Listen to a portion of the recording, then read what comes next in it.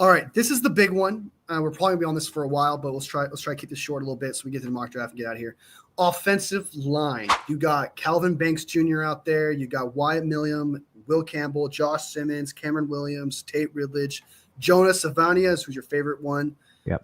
Tyler Brooker, Josh Connolly, Aaronette Azri. I butchered the shit out of that name. That's right. All right, who are your number one tackle you should get, and then who's your steal tackle in this here for the 49ers? Because that's all the biggest a name. lot of people are big on Kelvin Banks, but the game I saw with him is so he's pretty fast. He's got good hands. You know, I saw some holding. I'm really big on Jonah out of Arizona. The dude's big. He's got great awareness. I mean, he is fast outside the when he gets around that corner. He's strong. Like his 40 time. I mean, the dude, I didn't see a lot of weaknesses when I watched Arizona games. Like Jonah is just a beast. And like when I look at most draft boards, it's crazy. Like he wasn't even really on the list. Like I didn't have him on my list to begin with. I had Kelvin, Wyatt, Will, Josh, and Cameron on my list to begin. And when I watched the Arizona game, I'm like, who's that big ass dude? And I went back and looked, I'm like, Jonah, huh? And so I started watching more. I'm like, this dude is great. Like, so you'll say he's the best tackle in the draft. My opinion is he is. Now, Okay.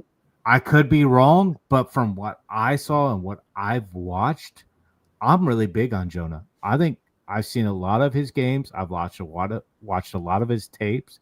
The dude is a beast, and the speed he has, he fits our offense. He fits our style of offense. He can get outside and block downfield. Like the dude's great. I mean, he's a beast. So I'm bigger on him than I am on Kelvin, on Wyatt, Will. I mean, I love this kid. I think he's the best tackle right now. So you would take him with the 10th pick, 11th pick over Kelvin Banks? I would take him. I would take him. Yeah. Wow. Okay. I would take him. I've heard. I've done a little bit of research on what professionals had to say about this offensive line class. They say it's not as good as last year, and that Banks would get taken somewhere in the middle of the first round, like the Of course 20th, they say that. Yeah. between amongst them. And they said it's not the best offensive line D-line draft, but you said it's one of the best offensive line drafts that you've seen. Well, it's a good. I think it's somewhat deep. I think offensive line and defensive line are somewhat deep, but I'm saying more for our side that I think we'll be able to get some depth there. And yeah, I think Jonah. I mean, he's not ranked when you look at like draft boards. I went back and I would look. I'm like, where's Jonah? Well, he's like 5th or 6th on these draft boards. I'm like, are people not watching this dude play? Like, are they just like what are they the offensive line entirely? Just focus on That's what I'm saying. Like this kid is a beast, and like I think he's highly underrated. He's 6'5", 330 pounds, and he can move. You're talking about Jonas Savania again, right? Yeah, this kid is amazing. Like who's a tackle that you would say we can get in like the 2nd or 3rd round? You think that we could probably get away with on your list? 2nd or What's 3rd a good round, steal? probably. Because we're probably going to miss out on some players, and we may not even get that kind of tackle. So is there a secondary option just in case shit hits the fan? I mean, probably we'd be lucky. I mean, some of these players, like you're saying, they're saying it's not as deep. So some of these players like Emory Jones out of LSU might be, but he's not. I'd say he's more of an interior player than he is. And we don't really do that. Yeah, I mean, he's 6'6", 322, so you'd have to get a little bit bigger. You got there's just not. I would say there's not a lot of players that are gonna fall.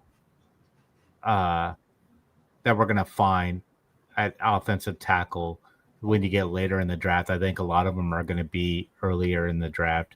I think I'm hoping we can get Jonah at that 11th spot. I think Banks will probably get picked before him just because his name was out there early. The 2 or 3 games I watched at Banks, I think he had like 2 or 3 holds. Okay. You're really not a fan of like. Do you think? But you do think that I Calvin think- Banks will be a starting? Yeah, he'll be a starting tackle. I just And if we miss out on Jonah, we'd still draft him, but you'd prefer Jonah over him. Okay. Yeah. Yeah. But I mean, there's some of these guys could get moved into the interior. You got like Josh Simmons, I think will go interior. Will Campbell, I think he's an offensive tackle, but they're going to move him to a lot of teams will probably move him to center. There's Cameron Williams. He'll be an offensive tackle. He's a big guy, 6'5", 335. He might fall later, second, third round, maybe. So there's some guys, Conley, but he's going to be an interior guy. He'll be a guard. I don't think we're going to get too many players. You may be looking more like fifth round when you get down there. Okay, that's good. I think the kid out of Missouri, Mimbu, down there. So let's go ahead and move on to the next spot. Obviously we have more time in the future to talk more about these prospects as we go. But I like this comment about Terratone. What do you got to say? Got to check arm length. He can play guard, and they may try to kick him inside, knowing us. That's true. Let's kick his ass inside. Right. Yeah. Burford's a better tackle, but for some reason we use him in the guard. Yeah, I agree with you on that. Yeah, no, stupid ass. All right, so let's go ahead and get to the next situation, which is edge. There's some this Abdul Carter guy. I've seen some clips of him. I've seen what people talk about. I'm pretty excited about that guy if we end up getting him. I mean the best lineman, defensive lineman is an interior guy, Mason Graham out of Michigan. So I didn't put him on the list because I was thinking more edge. Like I would say that I was thinking more edge on that aspect because Michigan has probably the best two interior linemen. I mean, it's Mason Graham and Kenneth Grant. So I didn't put those two on there just because I was like, well, I don't really care about interior too much. A lot of people think that interior is like one of our biggest needs. And I know that Juan is really big. He thinks D tackle is our biggest need. I'm not saying it's not a need. I think it's like a third or fourth priority at some point. But I like Evan Anderson. I'm bigger on Willie Collins than everyone else is. But I think that edge situation is such a problem. And Bosa needs a guy on the opposite side of him. And the 49ers need a tackle. And those are the two biggest positions in the game. Like you need a tackle, you need an edge, and you need a quarterback. Top three positions. And two of those we need to fill ASAP. So Abdul Carter's, he's one of those guys that, I mean, when I watched the Penn State games, I mean, the dude's, he could be one of those guys. He'd come in and instantly start for us on the edge. He can also stand up and play a little defense. From when I saw the Penn State games, I didn't see him do it a bunch, just because he's 6'3", 252, but he's a pretty fast guy for his size. That's about prototypical pass rusher, except for 6'5", probably better than 6'3", but 6'3" is still not bad. Yeah. So he's a big guy. He had 11 sacks on the season, so he's a good player. Abdul Carter, I think he'll come in and instantly start for us. Who's your second best pass rusher you got on here? Let's see here. My second best pass rusher. You got linebacker Jack Sawyer from Ohio State, great tackler, but you saw him more as a linebacker than you saw him as a pass rusher. Yeah, Jack Sawyer was I think he would be more of a linebacker. Let's see here. So actually, it's not really in order, but maybe Mikael Williams out of Georgia. He was a pretty good player. Or James Pierce. You could kind of throw those two hand in hand. Those two, Mikael Williams out of Georgia. He's a pretty big dude. He's that 6'5", 265. That edge guy. He can really sit. Yeah, he can really set the edge. It does seem like if we keep I want to come back to Jack Sawyer. I'm not saying we should draft him, but because you're saying he's more like a linebacker than he's a pass rusher, but he could do both, obviously, from what you're saying to me. The 49ers this year with Nick Sorensen, they tend to use Leonard Floyd a little bit in the pass coverage and DN situations. So, I mean, he might just fit the scheme there. Jack Sawyer might. What do you think of that? Like if Nick Sorensen, he'll be a second day pick. I mean, Jack Sawyer's not going to go first round. I mean, I see him late going in later. I mean, he'll make tackles. He won't. I just don't see him getting to the quarterback a lot. I Okay. mean, let's see, what's Sawyer's? And that's supposed to be more of Nick Bosa's job anyway. So if he can just do a little bit damage with QB hurries, I mean, I'm not expecting to get sacks maybe, but he might be a late second round pick or something. But yeah, Mikael Williams is he's pretty good. I mean, he had 5 sacks this season, not a lot of tackles. He's got good speed for his size. I've heard Mikael Williams is a top 5. I've heard he's gonna get picked. Yeah, the whole thing is he didn't get to the quarterback a lot this season, and I think it was kind of more of a direct reflection on the line for Georgia. Well, I mean, like it doesn't matter. You can get picked first overall. Who was the Georgia guy that got picked over Aiden Hutchinson? I can't remember what it was. He got like no sacks that year. Sacks or some shit. Yeah, but he got drafted by Trent Baalke because he's super athletic. It's just like, and that's what that Mikael. This kid's pretty good. Yeah, I think he's good. But I think Abdul Carter's. I kind of feel like Abdul Carter's just slightly edges him out. I think that Abdul Carter's going to be good, going to be really good. I do like James Pierce a little bit. Problems I saw with him is holding that edge because of his size. I feel like he might be more of that, stand-up guy. He had 7.5 sacks on the season, but I put Mikael Williams above him. I think James Pierce might be a later, if he goes in the first round, maybe a late first round pick. Unless you see these edge rushers coming off the board early, somebody might make that panic mode pick and be like desperate, but like reach James Pierce, Yeah. But I mean, he could be a linebacker or an edge runner because of he's pretty fast. He's got good speed, so he could probably play both. I didn't see him playing it too much, so next let's jump into the DBs and then we'll start the draft. Travis Hunter, obviously, he clear as day. We both agreed that dude is the number one target, someone we would love to get. One of the best corners out there, great instincts. Game slows down for him. Love to have him. Will Johnson, I've heard nothing but great things about Will Johnson, but didn't he tear his ACL or something like that recently? I could be wrong. Shoot, I don't know. I could have sworn there was a top player in this draft. I could be wrong. Could not be him, but I heard there was a player that tore his ACL. I guess I didn't hear anything about he's just that good. It could not be Will Johnson. It could be somebody else, but you obviously said he has good size, good press, made some dumb penalties, which what's what you've written here, but I've heard he made some dumb penalties when I watched him. From the get. Yeah, he'll be a starter.